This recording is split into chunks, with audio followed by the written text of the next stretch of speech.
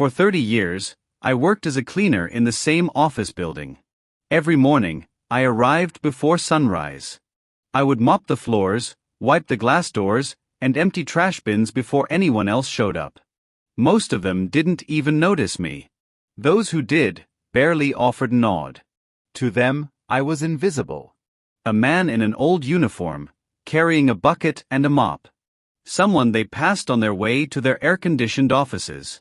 Someone they thought didn't matter. But that never bothered me much, not at first. I believed in dignity, no matter the work. I believed that a man's worth was not measured by his clothes or title, but by his honesty. Still, some mornings were harder than others. There was a new manager, David. Young, ambitious, loud. He liked to talk about cutting costs and efficiency. Every time he saw me, he made a joke. "Morning, old man," he'd say. "Still mopping floors? Guess you missed your promotion, huh?" Then he'd laugh with his colleagues, as if I were part of the joke. I never replied. Just smiled faintly and went back to cleaning.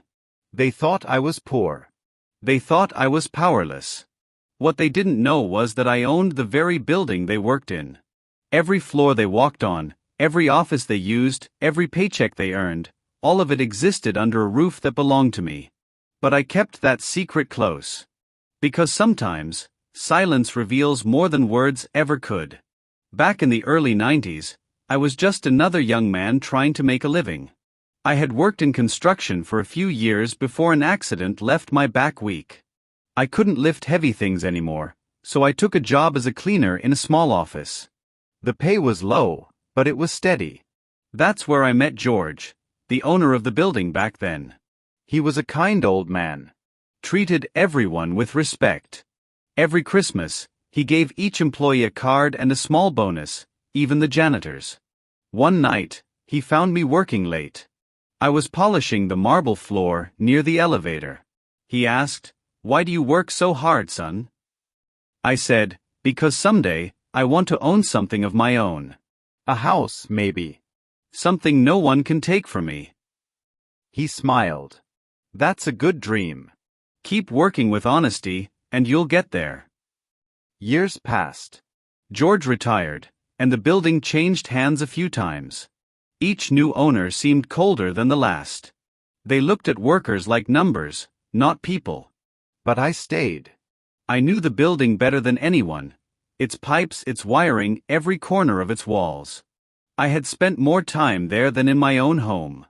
Then, about 15 years ago, one of the owners decided to sell the place. He'd fallen into debt and wanted out fast. I remember standing in the lobby, listening quietly as he spoke to his lawyer about listing it for sale. Something inside me whispered, "This is your chance." I had been saving money for decades. Not much each month, but enough to grow slowly. I never drank, never gambled, never wasted what I earned. And over time, small things became something real. I took a loan, combined it with my savings, and made an offer. No one believed I could afford it. Even the bank clerk looked at me twice when I signed the papers. But within a few months, the deal went through. Just like that, I became the owner of the building I cleaned. I didn't tell anyone.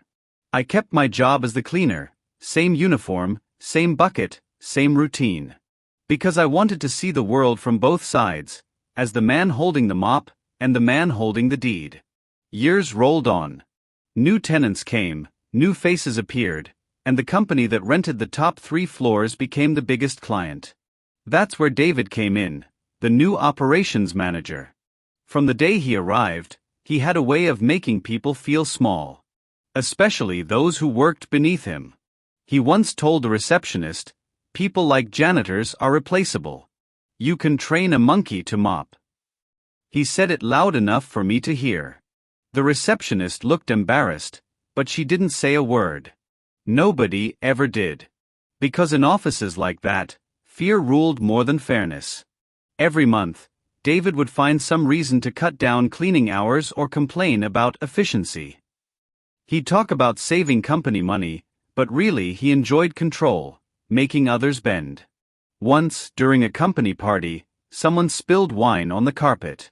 He called me over in front of everyone. "Clean it up, old man. You're good for something, right?" The room went silent. I could feel the laughter hiding behind people's eyes. I knelt down, cleaned the stain quietly, and left the room. That night, I stood outside the building looking at the lights shining through the office windows. And I smiled to myself. They thought they humiliated me. But in truth, they were standing inside my building. And that gave me peace, not pride but peace. Because I knew life always finds a way to balance things. Still, I watched David closely. He started treating others the same way. The interns, the receptionists, even the guards. He made them feel worthless. He used fear to control, lies to rise. The sad thing was, the company's top management rarely visited. They believed his reports and praised him for cutting costs. So, he grew even bolder. Then came the day he crossed the line. One afternoon, I walked into the maintenance room to find my tools missing. When I asked around, no one knew where they went. Later, I discovered David had ordered all unnecessary cleaning supplies to be disposed of, including mine. When I confronted him politely, he laughed. "Old habits die hard, huh?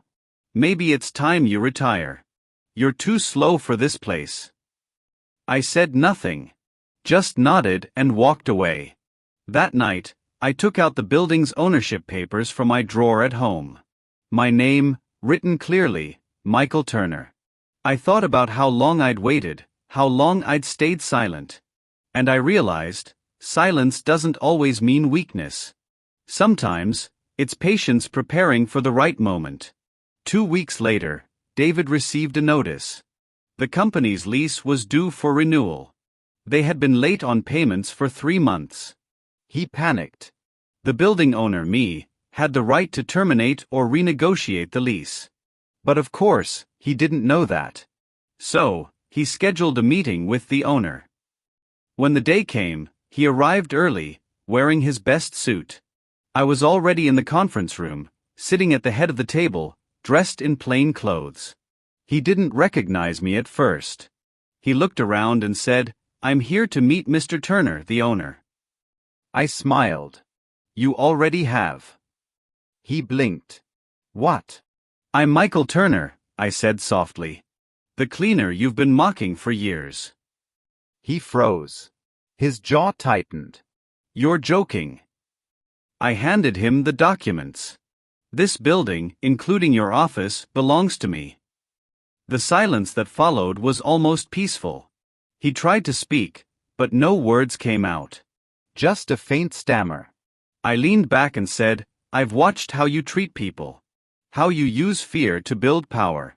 That ends today." He swallowed hard. "What do you mean?" "I'm not renewing your company's lease. You'll have 30 days to vacate." His face went pale. "You can't do that." "Oh, I can," I said gently. "And I will. But don't worry, I won't shout, won't insult you. I'll just let time do its work. You'll move out quietly, and someone better will move in." He left the room trembling. That night, when I walked through the empty hall, I felt lighter than I had in years. Revenge didn't need to be loud. It didn't need to destroy. It just needed to restore balance. In the following weeks, David tried everything. He begged the company owners, tried to contact me through lawyers, even offered to apologize. But the lease was clear. Repeated late payments gave me the right to terminate. So, they left. A new company moved in, one that treated its staff with respect. The building began to feel alive again. People greeted me when I entered. They smiled. They thanked me for keeping the place clean. Sometimes, I'd see David across the street, walking past in silence. He never looked up at the building again. I never held anger toward him. In fact, I felt sorry for him. He lived chasing power, but never learned respect. A few months later, I heard he lost his job. No one wanted to work with him. Word had spread about his behavior. Life has a strange way of teaching lessons. Sometimes through storms, sometimes through silence. One afternoon, I was polishing the lobby floor when a young intern stopped by. She smiled and said, "You do this so perfectly. How long have you been working here?" I looked at her and smiled. Long enough to know that every job deserves respect. She nodded, not understanding the deeper meaning, but someday she would. Now, I'm in my late 60s. I still come to the building every morning, still sweep the floor and check the lights. Some people ask me why I still work when I could easily hire someone else. I tell them, because this place reminds me who I am, not the owner, not the cleaner, but a man who built his life quietly. Sometimes I sit in the empty lobby, watching the sunlight move across the marble I once polished as a young man. I remember the laughter, the insults, the years of being overlooked. And I smile. Because all of it taught me something no school could teach, that dignity doesn't depend on what others see, but on what you carry inside. David once believed that respect came from power. But real respect is earned through humility. I never needed to expose him publicly, never needed to humiliate him. Life did that for me. And that's the thing about quiet revenge, it doesn't scream, doesn't destroy. It just waits, patiently. When people wrong you, don't rush to strike back. Let your actions, your consistency, and your patience become the reply. Because when truth stands still long enough, time itself becomes your witness. I look at the clean, shining floor one last time and whisper to myself. Sometimes silence is the best revenge.